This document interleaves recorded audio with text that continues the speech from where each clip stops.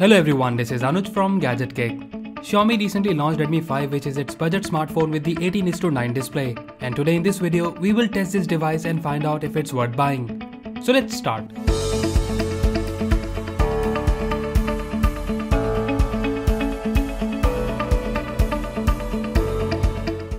After the launch of the Redmi Note 5 and the Note 5 Pro, we got one more device which is the Redmi 5 featuring 18:9 display. The starting of the Redmi 5 is Rs 7,999 for the 2GB RAM and a 16GB storage variant. There's also a 3GB and a 4GB RAM variant at a higher price. So here is the box. The box is very similar to the Redmi 5A. On the top we have the India's #1 smartphone brand written on it, and then we have the Redmi 5 branding at the bottom. Then at the back of the box we have the specification of the phone. It has 5.7-inch 18:9 display, front LED selfie flash, Snapdragon 450 octa-core processor and a 3300 mAh battery. And the one we have here is in the black color, and the phone is also available in gold, blue and the rose gold. And then of course it does say that it is made in India. So let's open the box and see the content now.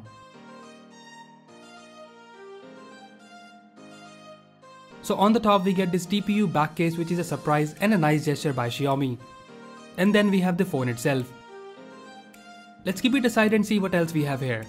We get the user guide, a standard charger with the output of 5V 2A, a micro USB charging cable, and then we have this tiny SIM removal pin. That's all we have in the box, and as usual, no earphones with the Xiaomi phones. Now let's see the phone closely. The build quality is no doubt very good and it feels very nice in the hand. The metal back of the phone is similar to the Redmi Note 5, which gives this budget phone a premium look and feel. Xiaomi claimed that the phone is a compact powerhouse, which is, to be honest, the phone is not that compact, but with the 5.7-inch bezel-less screen makes this phone looks compact in the front of other phone. And if it's powerhouse or not, we will see later in this video. Let's remove the protective film from the phone.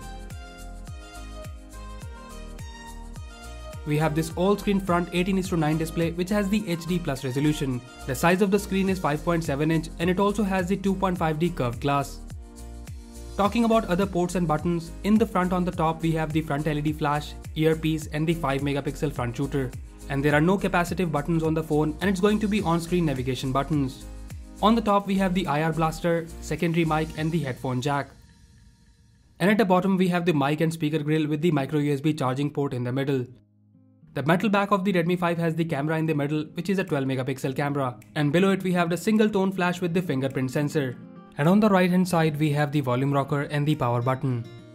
And on the left side we have the SIM tray, which is hybrid.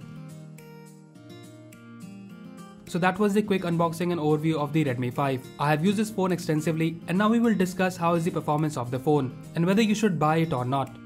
Starting with the display, the 5.7-inch 18:9 screen looks pretty good and you almost get a feel that you're using a premium phone. The viewing angle is also good, so does the color output. Though it's only HD Plus screen, still keeping in mind the price, the display looks stunning on this phone.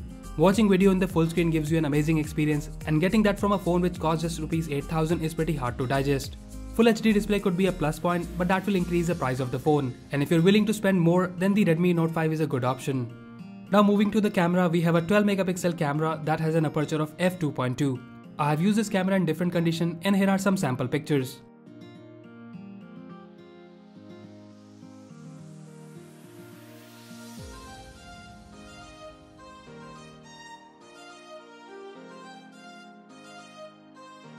When there is enough light, the output is pretty good and the HDR photos are also nice.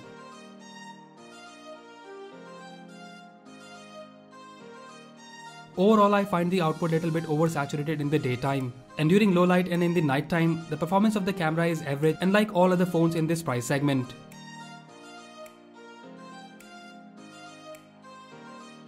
The front camera is 5MP and you also get this front LED flash along with it. The output in the daytime is decent, but again performs average in the low light. With the selfie flash on, still the output is not that great. The phone can capture full HD videos, and here are some sample videos.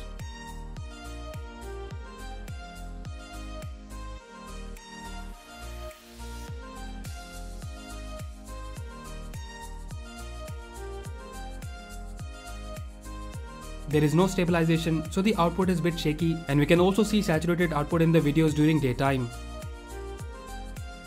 In the night, the video output is average, but still better than some other phone in this price range. So overall in terms of camera, you get a decent performance during daytime, and in the night time, the camera performance is not that great. Now let's see the performance of the phone. We get the Android Nougat based MIUI 9 out of the box. The performance is lightning fast, and we saw the Snapdragon 450 does a pretty decent job here. We have the 2GB RAM variant here, and we notice that the RAM management is also pretty good in the phone, and the phone can handle multitasking without any problem.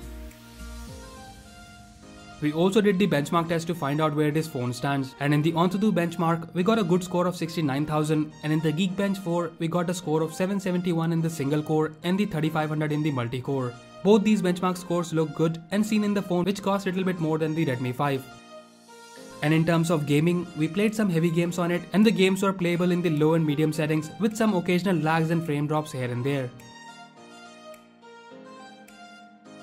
We played PUBG on it, and it was able to handle the low graphic version pretty okay.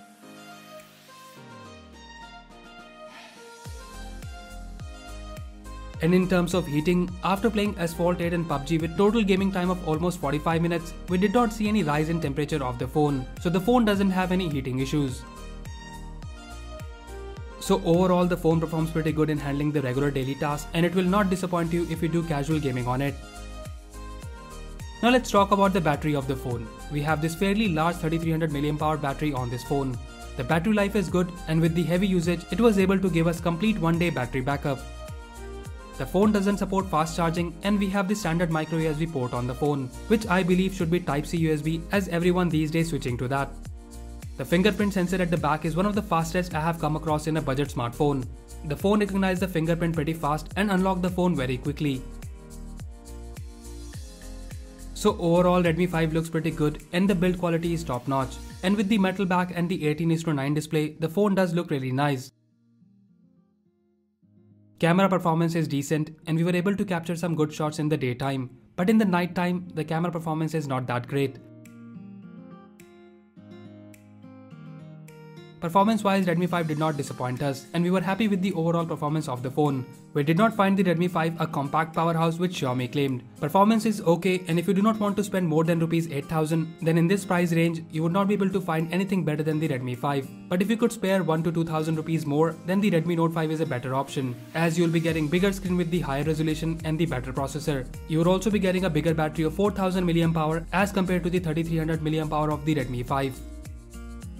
So that's it guys, this was our review of the Redmi 5. Let us know what do you think about this phone in the comment section below. And also, let us know if you would prefer Redmi 5 over Redmi Note 5. And if yes, tell us the reason in the comment section below. And we will also be comparing the Redmi 5 with other phones, so stay tuned for that. And if you like this video, please press the like button and subscribe to our channel Gadget Geek for more videos like this. Once again, this is Anuj signing off, and I'll see you in the next one.